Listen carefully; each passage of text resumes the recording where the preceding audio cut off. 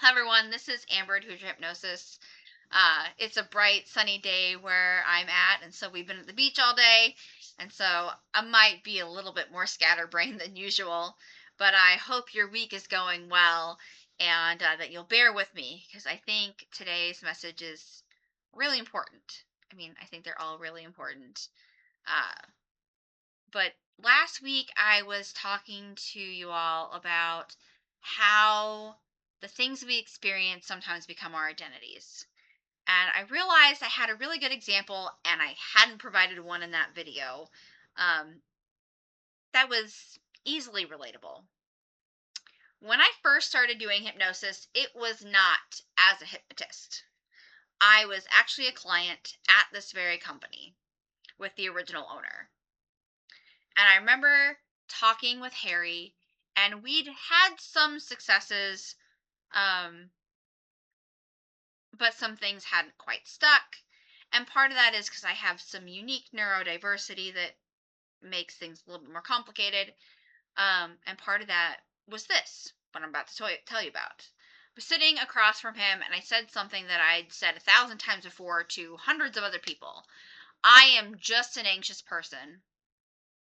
And he stopped me and asked, "When did you decide that?" And I vaguely remember opening my mouth to answer and I couldn't cuz I hadn't decided it. Um I remember an individual in my life who had told me that when I was younger. And when I kept exhibiting that behavior, my parents would start saying, "She's always been high strung," or "She's always been emotional," or "She's always been this." Um, And the school decided it when they attempted to label me emotionally disabled over a bullying issue. And all of those stories stuck with me, even though uh, at least the last one is complete and utter BS. Uh, but all of them just said it like it was second nature, like it was my name, without any consideration of how that would affect me. And I'm not blaming those people, uh, with maybe the exception of the school individual. I might still be a little salty about that some days. Um, they were doing the best they could with the information they had as well, and um, those stories weren't being told with a malicious intent to hurt me. I'm sure some of you have examples where that is the case. I have examples where that is the case. But in most instances, it's not done with any bad intent. I was like 7 or 8 years old when somebody handed me that label, and I wore it for several decades. Because when you're small, you don't know who you are. You Part of who you are is identities that people give you based on these stories. I mean, you have some and a lot of innate traits, things that are just you. And there are other things that become you because others have labeled you them, have named you as that thing. But here's what nobody tells you about your identity. Your brain is efficient. It doesn't waste energy questioning patterns that get used a lot. So when you felt anxious repeatedly, when you bought into those stories, your brain noticed and it said, "Oh, anxiety gets used a lot. Must be who she is." And it filed you under A for anxious. The psychological term is identity fusion. When a behavior becomes so practiced, so repeated that you stop seeing it as something you do and you start seeing it as something that you are. Let me give you a better analogy. Imagine you got cast in a play. Method acting. You lived in the character's clothes, you spoke in their voice, you think their thoughts for 20 years. Eventually, you'd forget where the costume ended and you began. This is what we do as human beings. We mask. We live under these labels. Some of them are big, some of them are really small. Uh, but you've worn that anxious label, that mask so long that you think it's a part of your skin.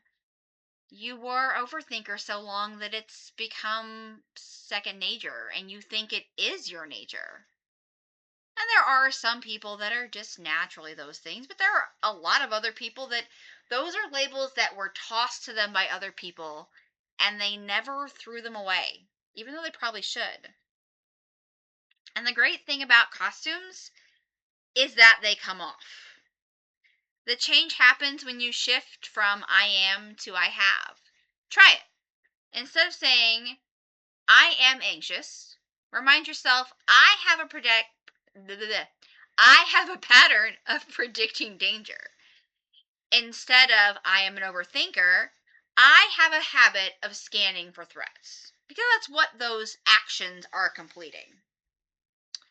And if you feel that, there's a distance there. Saying it just in that different way, it puts a space between you and that pattern. And that space is where the change lives. And as I mentioned, I've done this work myself. I had to look at every I am I'd collected, and I still find I ams that I've collected over the years. From anxious to broken to too much to not enough. And just like I mentioned last week, I had to ask, who gave me that story? And do I still want to wear that in my life? Is that still a part of the persona that I want to show to the world? Is that who I am internally? Does it match? And there are some of them that I've kept because they are useful. And there are some that I've outgrown. There's others that I've intentionally burned to the ground. And ones that I replaced with other ones, such as I know I'm capable, I know I'm safe, and I know I'm learning.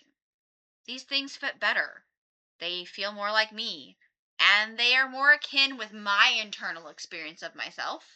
It's more externally authentic to who I am internally. The one underneath all the masks that we all wear in all of our different societal roles. So here's what I want you to try this week. I call it the label swap. When you catch yourself saying, I am something that you don't want to be, whether it's anxious, broken, stuck, just pause and add the words, I'm experiencing, or I have a pattern of, or my brain is learning, whichever one makes the most sense for the particular situation. 3 words creates distance. And I want you to just try it 3 different times today and notice how it feels. You're not your diagnosis, whether you're diagnosed or not. You're not that habit. You're not the story someone else wrote for you. You are the one who can change that ending. And if you're ready to try something new, I offer free consult calls. We'll see if your identity pattern is one we can loosen. And if you're not ready for that, let me recommend my favorite book for anxiety, some things you can do on your own. It's called The Anti-Anxiety Toolkit by Melissa Tiers. Tiers. I have no affiliation with her. I just love the book. But see if you can start changing some of those patterns on your own, even if you don't need a hypnotist to do it. If you're ready to fight for that change, there are tools out there. And if you want me to help with that, you can schedule your consult call at HoosierHypnosis.com. You don't have to keep wearing those costumes. And I encourage you, whether it's with my help or just taking this and being the dang hero of your own story and changing it yourself. I don't care. I'm here if you need me. And if you don't, I hope some of this helps you get where you want to go. Because that's all that really matters to me. So I hope you have a great week. And thank you for bearing with me. I feel a little bit scattered and chunked today, but I hope this helps you, and I hope you have a great week. Bye.